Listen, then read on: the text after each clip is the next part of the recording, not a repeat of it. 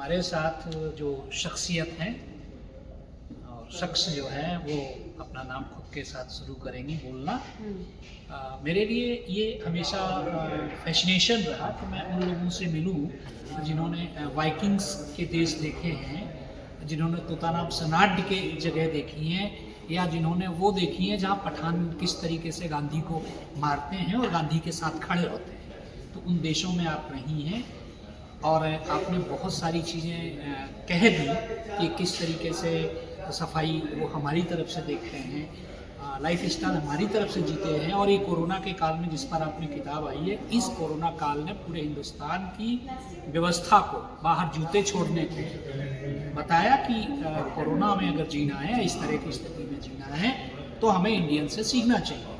तो मेरा सवाल यही है कि जो चीज़ें कोरोना में आपने वहाँ देखी, आपने बताई खाने पर किस तरह से स्प्रे कर दिया, या आपकी जो फॉरेनर मेड थी वो किस तरीके से वो कड़ी बनाना सीखी।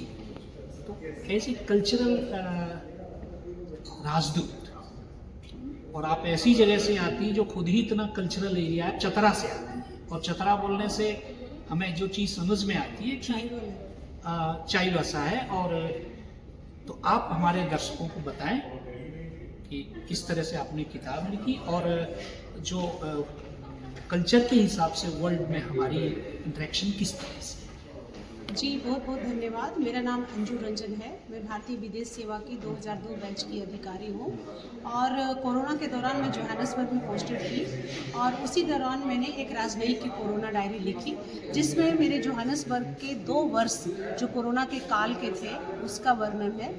और यह किताब जो है वह मेरा निजी अनुभव ही नहीं, वहाँ का जो कालखंड है उसमें कोरोना से जूझ रहे लोगों का मनोबल, लोगों का टूटना, लोगों का संवरना और वहाँ से कैसे कोरोना काल में लोग भागे हैं, इन सब का वर्णन है। मैं व्यक्तिगत रूप से कोरोना से 2 बार प्रभावित हुई, हमारे बच्चे कोरोना से ग्रसित हुए, हमारे ऑफिस के 100% लोग कोरोना से प्रभावित हुए। और यह किताब उन सब बिंदुओं को उजागर करती है।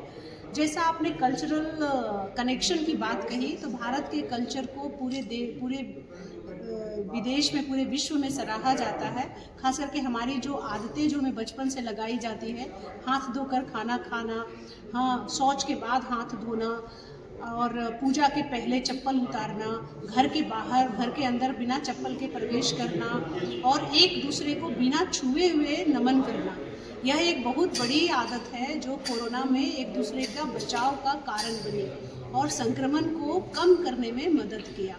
तो हमने भी, जब लोगों ने मास्क लगाए तो हमने कहा हम हाथ मिलाने से पहले हम सबको नमस्कार करेंगे।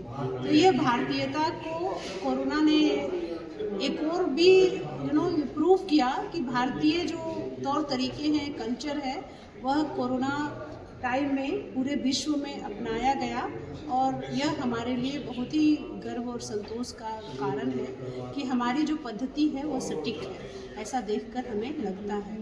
इंडियन कल्चर की और जहाँ तक हम बात करें, विदेशों में भारत के कल्चर को बहुत सराहा जाता है, भारत के खाने को बहुत सराहा जाता है। भारत जो है वो रंग बिरंगा देश है जो सभी कल्चर को बढ़ावा देता है और सभी पर्व त्योहारों को मनाता है। विदेश में इसकी बहुत प्रशंसा होती है और हमें इस पर गर्व होता है कि भारत से बाहर बसे भारतीय भारत के सभी पर्व त्योहारों को अधिक धूमधाम से मनाते हैं और हम विदेश के लोगों को एक मिनी इंडिया की छवि दिखा पाते हैं। तो मैं जिन जिन देशों में रही, वहाँ पर मैंने भारतीय समुदाय के साथ मिलकर भारत के कल्चर को प्रमाणित करने वाले, उनको दिखाने वाले सभी पर्व त्योहारों को मनाया और उनका हमने उत्साहवर्धन किया, उनको फाइनेंशियल सपोर्ट भी दिया टाइम पर।